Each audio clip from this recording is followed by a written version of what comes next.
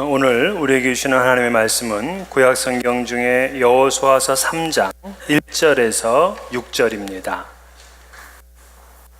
구약성경 321면에 있는 여호수아서 3장 1절부터 6절까지 이 계시의 말씀을 봉독할 때 살아계신 하나님의 음성을 들으실 수 있기를 바랍니다. 또 여호수아가 아침에 일찍 일어나서 그와 모든 이스라엘 자손들과 더불어 시딤에서 떠나 요단에 이르러 건너가기 전에 거기서 유숙하니라. 사흘 후에 관리들이 진중으로 두루다니며 백성에게 명령하여 이르되 너희는 레위 사람 제사장들이 너희 하나님 여호와의 언약궤 매는 것을 보거든 너희가 있는 곳을 떠나 그 뒤를 따르라. 그러나 너희와 그 사이 거리가 2000규빗쯤 되게 하고 그것에 가까이 하지는 말라. 그리하면 너희가 행할 길을 알리니 너희가 이전에 이 길을 지나보지 못하였음이니라 하니라. 여호수아가 또 백성에게 이르되 너희는 자신을 성결하게 하라. 여호와께서 내일 너희 가운데에 기한 일들을 행하시리라. 여호수아가 또 제사장들에게 말하여 이르되 언약궤를 메고 백성에 앞서 건너라 하매 곧 언약궤를 메고 백성에 앞서 나아가니라. 아멘. 이스라엘의 역사는 강의 역사입니다. 이스라엘 백성들이 건넜던 강들을 잘 공부하면 이스라엘의 역사를 대략 꿰 수가 있습니다. 이스라엘의 믿음의 조상이다 라고 부르는 아브라함, 그 아브라함도 역시 이 유프라테스 강과 티그리스 강 그 지역에 있는 그 이름을 우리가 메소포타미아 그렇게 부르는데 그 메소포타미아 지역에서 부름을 받았습니다. 그리고 그의 자손인 야곱이 기근을 피해서 이집트로 내려가게 되는데 바로 그 땅이 나일강에 인접한 고센 땅이라는 곳이었습니다. 그리고 그들은 요단강을 건너서 가나안 땅에 정착하게 되었고 훗날 그들이 바벨론의 포로로 잡혀가는데 역시 유프라데스 강을 건너서 있었던 땅이었습니다. 그러므로 이스라엘의 국기를 보게 되면 위에 한 줄이 있고 아래 한 줄이 있고 그 사이에 이 다윗의 별이라는 이 별 하나가 그려져 있습니다. 그 위에 짝대기는 유프라테스 강을 의미하고 아래 짝대기는 나일강을 의미합니다. 하나님께서는 우리에게 유프라테스 강에서부터 나일강까지 주셨다 하는 그러한 믿음을 보여주고 있는 거죠. 그러므로 이스라엘은 강을 건널 때마다 새로운 역사가 시작되었음을 우리는 성경을 통해서 알 수가 있습니다. 이제 오늘 본문도 광야 생활을 마감하고 가나안 땅에 첫 발을 딛는데 요단강을 건너는 이야기입니다. 이스라엘 백성들은 참으로 오랫동안 기다렸습니다. 600년 전 아브라함에게 하나님이 이렇게 말씀하셨어요. 내 자손에게 주겠다. 그렇게 약속하신 땅을 이제 드디어 첫 발을 내딛게 되는 그런 역사적인 순간입니다. 성경은 이 요단강을 건너는 이 사건이 너무나 귀하기 때문에 여호수아 3장, 4장, 5장에 걸쳐서 말합니다. 3장은 요단강을 건너는 이야기고요. 4장은 그곳에서 하나님 앞에 기념비를 세우는 이야기입니다. 그리고 5장은 이제 여리고성을 점령하기 앞서서 그 요단강 앞에서 다 할례를 받는 사건을 다루고 있습니다. 요단강 도하가 이렇게 이스라엘 백성들의 영원한 그러한 그 소원의 이제 첫 성취라는 것을 우리가 볼 수 있어요. 그러나 그뿐만이 아니라 하나님께서는 홍해를 가르게 하신 것처럼 이 요단강을 가르게 하셨는데 놀랍게도 그들이 갔던 그 길은 마른 땅이었던 사실입니다. 강을 보통 어떻게 건넙니까? 배를 타고 가든가 뭐 다리를 놓아 건너든가 아니면 뭐 헤엄을 쳐서 건너든가 뭐 그렇게 강을 건너는 거예요. 그러나 하나님께서는 이스라엘을 아주 특별하게 건너가게 하셨는데 바로 마른 땅을 통해서 길을 걷게 하셨다는 사실입니다. 그래서 이스라엘은 바다를 걸어서 건넌 최초의 민족이었고 또 강도 걸어서 건넌, 마른 땅을 건넌 최초의 민족이 되었습니다. 그들의 기쁨은 말할 것도 없었죠. 요단강을 건너면서 그동안 40년 동안 불평하며 원망하며 지냈던 그들의 모든 과거를 전부 다 씻어버릴 수가 있었어요. 그래서 그들은 하나님의 은혜로 충만했고, 아마 이스라엘의 역사상 이때만큼 믿음이 더 출중했던 때는 없었을 것입니다. 우리는 어떻게 여호수아와 이스라엘 백성들이 이처럼 놀라운 하나님의 새 역사에 동참할 수 있었는지, 오늘 이 말씀을 살펴봄으로써 새 일을 시작하는 신앙의 법칙을 나누고자 합니다. 여러분들은 어떻습니까? 혹시 지금 건너가야 될 강이 있습니까? 우리는 이 강을 건너지 않기 때문에 늘 제자리죠. 새로운 역사, 새로운 시대를 이루지를 못해요. 여러분 앞에 있는 이 요단강을 반드시 건너내야 거기에 새로운 시대가 열려지는 거 아니겠습니까? 그래서 우리는 새 시대를 어떻게 열어야 되는지를 말씀을 통해서 확인하면서 여러분 앞에 있는 강을 너끈하게 건너시고 새 시대를 여시는 여러분 되시기를 주의 이름으로 축원합니다. 이 첫 번째는요, 1절 말씀에 보니까 여호수아가 아침에 일찍이 일어나서 이렇게 시작합니다. 즉, 새 일을 시작하려는 사람은 아침에 일찍이 일어나는 사람, 즉 부지런한 사람이 되어야 돼요. 오늘 우리의 이 본문의 전 문맥을 보게 되면 어떤 내용이냐면, 정탐꾼이 여리고성을 갔다가 라합을 만나가지고 이야기를 듣게 됩니다. 그리고는 다시 그들이 귀환해서 여호수아에게 보고하는 장면이 그 앞서 있습니다. 그런데 그렇게 보고를 받았던 여호수아는 시간의 간격을 두지 아니하고 그 다음날 아침에 일찍이 일어났다는 거예요. 그리고 시딤을 떠나서 요단에 이르렀다 하는 얘기입니다. 여호수아는 지금 여리고성 사람들이 두려워하고 있고 간담이 녹는다 하는 얘기를 듣고 이 기회를 놓치질 않았어요. 부지런해야 새로운 일들을 이룰 수 있다는 것을 보여줍니다. 대개 여러분 인생에서 실패한 분들을 보게 되면 아이디어가 없어서가 아니더라고요. 기동성이 약하거나 부지런하지 않았기 때문에 그런 겁니다. 그분들은 늘 남들이 성공한 걸 보면서 뒤에서 뭐라고 하느냐, 저거 내가 다 옛날에 생각했던 거였다고 그렇게 얘기를 하죠. 생각은 했지만 기동성이 없었고 부지런하지를 못했어요. 여러분, 새 일을 시작하려는 사람이 부지런하지 않는다면 그 사람에게는 아무런 일도 일어나지를 않습니다. 기회를 잡으려는 사람이 게으른다면 그 기회는 놓치고 마는 거죠. 아무리 머리가 좋아도 게으른 사람은 남에게 구걸하는 사람이 되잖아요. 그래서 홈리스들 보세요. 이 사람들이 머리가 나빠서 홈리스가 된 것이 아니에요. 게으르기 때문이죠. 성경은 게으를 때 빈궁하게 되고 곰핍하게 된다 하고 분명히 경고를 합니다.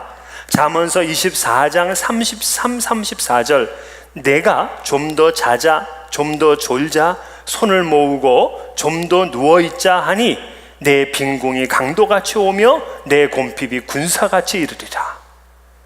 이 말씀을 여러분 침대에 좀 붙이고 사세요. 좀 더 자자, 좀 더 졸자. 빈궁이 강도처럼 들어온다는 겁니다.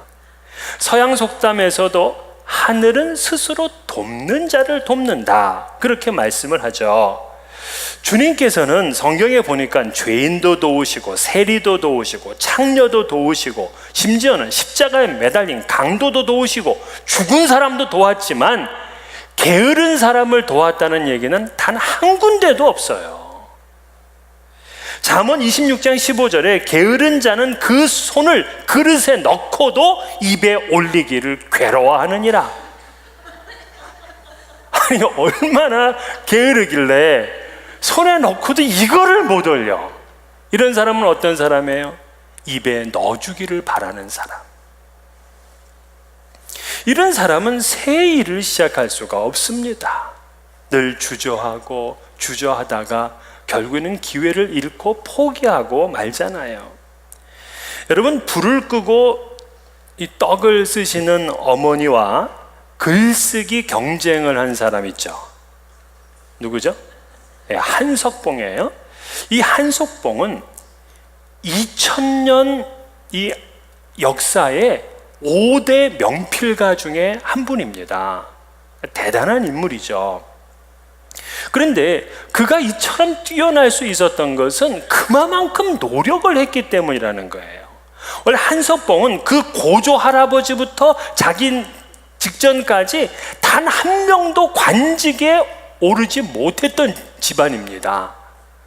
그런데 이 한석봉은 어려서부터 글쓰기를 좋아했어요. 그래서 집 밖에 나가면 다리 난간에다가 글씨 연습을 하고 산에 올라가면 그 잎사귀에다가 글을 쓰는 연습을 할 정도였어요. 그래서 훗날 그가 죽고 허균이 그의 제문을 이렇게 썼습니다. 연못물이 먹물이 다 되도록 글씨를 배웠다, 그렇게 썼어요. 엄청난 노력을 했기 때문에 성공하는 사람이 됐다는 이야기예요. 여러분, 요즘 올림픽이라는 거 하는 거 아십니까? 너무 바쁘니까 혹시 그것도 모르고 지나시진 않는지 모르겠어요.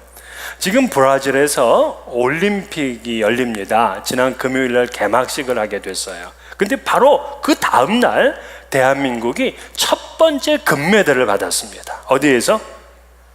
예, 남자 양궁 단체전에서 금메달을 받았어요. 근데 그 중에 첫 번째 사수가 김우진이야. 이 김우진은 보니까 우리 큰애보다도 한 살이나 어려. 그런데도 세계 신기록을 가지고 있어요. 요번에 달성해서 세계 신기록을요. 그런데 이 김우진하고 같이 나왔던 이 세 사람이 금메달을 받게 되었고, 이 미국의 기자가 김우진에게 인터뷰를 했습니다. 네가 원숭이 뛰고 올해가 원숭이 하니까 운이 좋았다고 생각하지 않느냐, 이렇게 물었어. 그랬더니 이 김우진이 이렇게 당돌하게 말합니다. 운이 아니라 이걸 위해서 준비를 많이 했고 많은 노력을 해서 얻은 결과다. 할렐루야. 하나도 교만하게 생각되지가 않아. 얼마나 많은 땀을 흘렸으면. 또 요번에 그 올림픽에 나온 그 레슬링 선수들이 훈련하는 그 선수촌에 가보게 되면 거기에 크게 현수막이 하나 붙여 있는데 뭐라고 붙여 있느냐? 나보다 땀을 많이 흘렸으면 금메달을 가져가도 좋다, 이렇게 써 있어요. 그만큼 이들은 정말 새로운 역사를 이루기 위해서 엄청난 훈련을 하고 그만한 땀을 흘렸다는 거예요. 성공하려는 사람은 부지런해야 됩니다. 맨날 핸드폰 보고 있고 저 일이 무슨 성공을 하겠어요? 늦잠을 자고. 새로운 사업을 시작하려고 하십니까? 여러분이 새로운 신앙의 세계에 들어오고 싶습니까? 아침에 일찍 일어나세요. 부지런하게 시작하셔야 됩니다. 두 번째 신앙의 법칙은 뭐냐면, 오늘 3절에 보니까 백성에게 명령하여 이르되 너희는 레위 사람 제사장들이 너희 하나님 여호와의 언약궤 매는 것을 보거든 너희가 있는 곳을 떠나 그 뒤를 따르라, 그랬어요. 이 말은 뭐니까? 두 번째 신앙 법칙은 언약궤를 따르라는 거예요. 언약궤를 따라가야지 그 요단강이 갈라지는 그곳을 건너갈 수 있습니다. 여러분, 왜 나는 아침 새벽같이 일어나서 밤 늦게까지 이렇게 수고를 하고 부지런한데 왜 나에게는 새로운 역사가 일어나지 않는 겁니까? 한다면 두 번째로 점검해 봐야 될 거는 네가 지금 언약궤를 따르고 있느냐 하는 거예요.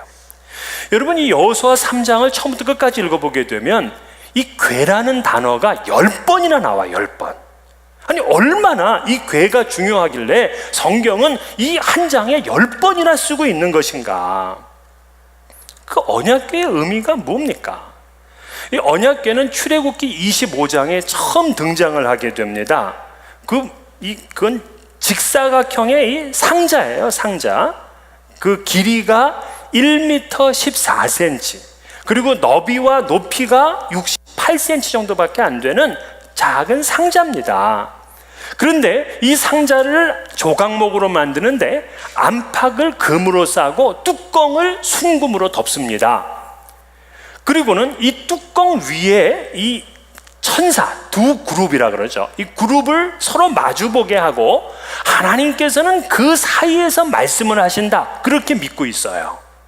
그러니까 이 언약궤는 바로 하나님의 임재, 하나님이 말씀하시는 장소입니다. 그러니까 이스라엘 제사장들이 이것을 메고 갈 때에 백성들이 그 뒤를 따라간다는 얘기는 뭐냐? 하나님이 임재하시고 하나님이 앞서가시면 그 뒤를 따라간다는 거예요. 이스라엘 백성들이 하나님을 따라가지 못하게 되면 언제든지 재앙이 임했습니다. 또 하나님은 안 가시는데 먼저 자기네들이 행동하게 되면 역시 그때도 재앙을 받았습니다. 내가 왜 부지런한데도 내 인생이 이렇게 안 풀리고 새로운 역사가 이루어지지 않는가? 하나님을 안 따라갔어요. 내가 먼저였고, 새 일을 시작할 때 이것이 하나님이 인도하는 것이라 하는 확신을 가져야 되고요. 나는 그 길을 따라가고 있는가 하는 걸 점검해야 돼요. 그렇지 않으면 돌이켜야 됩니다. 여러분이 잘 아는 적극적 사고방식으로 유명한 이 노만 빈센트 필 박사가 있습니다. 이분은 은혜스럽게 일을 성취하는 방법이 3단계다, 그렇게 얘기를 하는데 그 3단계를 PPR이라 그랬어요.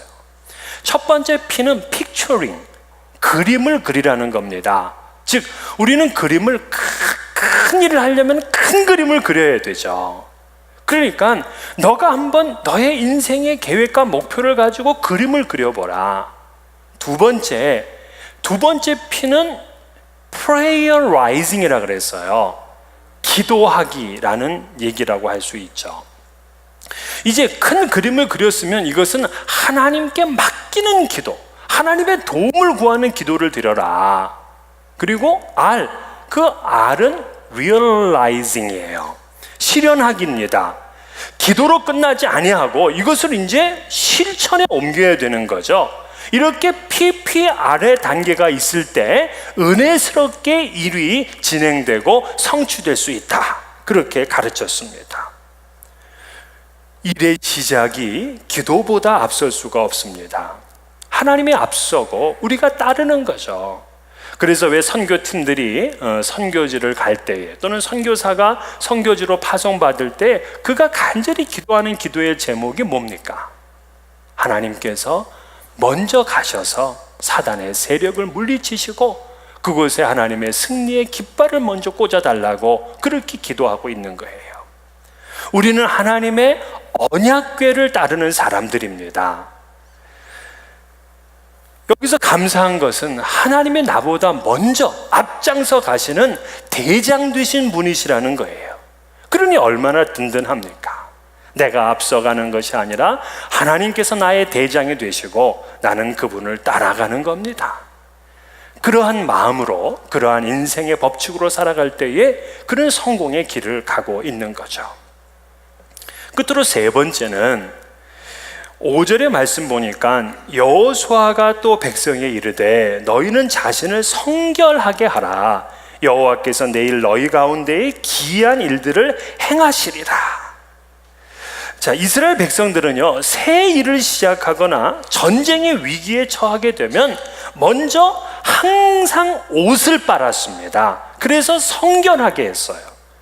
성결이라는 게 뭐냐면 내적인 성결이 밖으로 나타나는 것입니다. 우리의 정결한 속사람의 모습이 이 겉의 거룩의 행실로 나타낼 때 그것을 성결이라 그렇게 말해요. 그 세 번째 신앙의 법칙은 스스로 성결하게 하는 것입니다. 우리는 열매를 보고 그 나무가 무슨 나무인지를 안다고요. 그러므로 구원받은 성도들은 내적 성품이 변화될 뿐만이 아니라 생활의 변화도 가져와야 돼요. 요한일서 3장 3절에 그 주를 맞이할 소망을 가지고 있는 사람은 그의 깨끗하심과 같이 자기를 깨끗하게 하느니라 하고 말했어요. 우리가 다 언젠가 주님을 만날 소망을 가지고 있잖아요. 그런 소망을 가지고 있는 사람은 주님처럼 깨끗한 삶을 산다는 거예요. 왜 깨끗해야 되느냐? 새 일을 시작하려면 여러분 자신감이 있어야 돼요. 이거 안 될 걸, 나 이거 하기 두려운데, 이런 마음이면은 어떻게 새로운 일을 자신감 있게 할 수가 있겠습니까? 근데 이 자신감은 어디에서 오느냐? 성결에서 온다고요. 성결한 사람은 사탄도 고소할 틈을 찾지를 못해요. 우리 삶에서 성결한 삶이 얼마나 강력한 힘인지 모릅니다. 성결하지 않고 죄에 가득 차 있게 되면 남의 앞에서 자신이 없어요. 그 속에는 번민이 가득하고 두려움이 있습니다. 그러나 성결한 사람은 담대하잖아요. 가나안 땅에 들어가는 자에게 필요한 사람은 자신감이었고, 그 자신감은 성결에서 오는 것이기 때문에 하나님께서는 이스라엘 백성들에게 성결하라 하고 명령을 하셨어요. 남 앞에 나서기가 두려운 이들은 항상 자신의 성결 지수를 점검해 봐야 됩니다. 물론 속은 더러운데도 자신 있는 놈들이 있어. 이거는 부적도 몰라보는 도깨비 같은 놈이죠. 큰 코 다칩니다. 하나님께서 그는 심판하실 사람이죠. 그래서 여러분, 내가 하나님 앞에 바른 길을 가고 있는지를 이 점검하는 그러한 신앙의 시스템을 가지고 있어야 돼요. 18세기 미국의 부흥운동을 주도했던 조지 위필드라는 유명한 분이 있죠. 이분은 자기가 매일 15가지를 점검했다 그래요. 그래서 여러분, 오늘 제가 주보에 그 설교 요약에다가 그 15가지를 적어두었습니다. 여러분들이 그 중에 몇 가지라도 한번 이렇게 생각해서 여러분이 하루 일과를 마치면서 스스로 점검해 보는 시간을 한번 가지세요. 그 첫째, 개인 기도에 있어서 열렬하였는가? 두 번째, 작정해 놓은 기도 시간에 기도하였는가? 세 번째, 매 시간 부르짖었는가? 네 번째, 대화하거나 행동하기 전이나 후에 나 자신이 행하려는 것이 하나님께 어떻게 영광 돌리게 될 수 있는지에 대하여 심사숙고하였는가?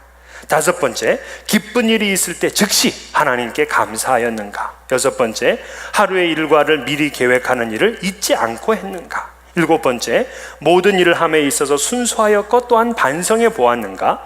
여덟 번째, 내가 행할 수 있는 선한 일을 감당하거나 행함에 있어서 뜨거운 열심이 있었는가? 아홉 번째, 말하거나 행함에 있어서 온유하고 명랑하고 부침성 있는 태도를 견지하였는가? 열 번째, 다른 이들에 대하여 교만하거나 허탄하게 굴거나 참지 못하거나 투기하지 않았는가? 11번째, 먹고 마시는 일에 자신을 돌아보았으며 감사한 마음을 가졌으며 잠자는 일에 있어서 절제가 있었는가? 12번째, 윌리엄 로어의 규칙을 따라 하나님께 감사하는 일에 시간을 들였는가? 13번째, 연구하는 일에 부지런하였는가? 14번째, 다른 사람에 대하여 불친절하게 생각하거나 말하지는 않았는가? 15번째, 나의 모든 죄를 고백했는가? 항시 이러한 자기를 점검했던 조지 위필드는 하나님께 크게 쓰임을 받았습니다. 여러분도 자신을 점검할 수 있는 도구를 만드세요.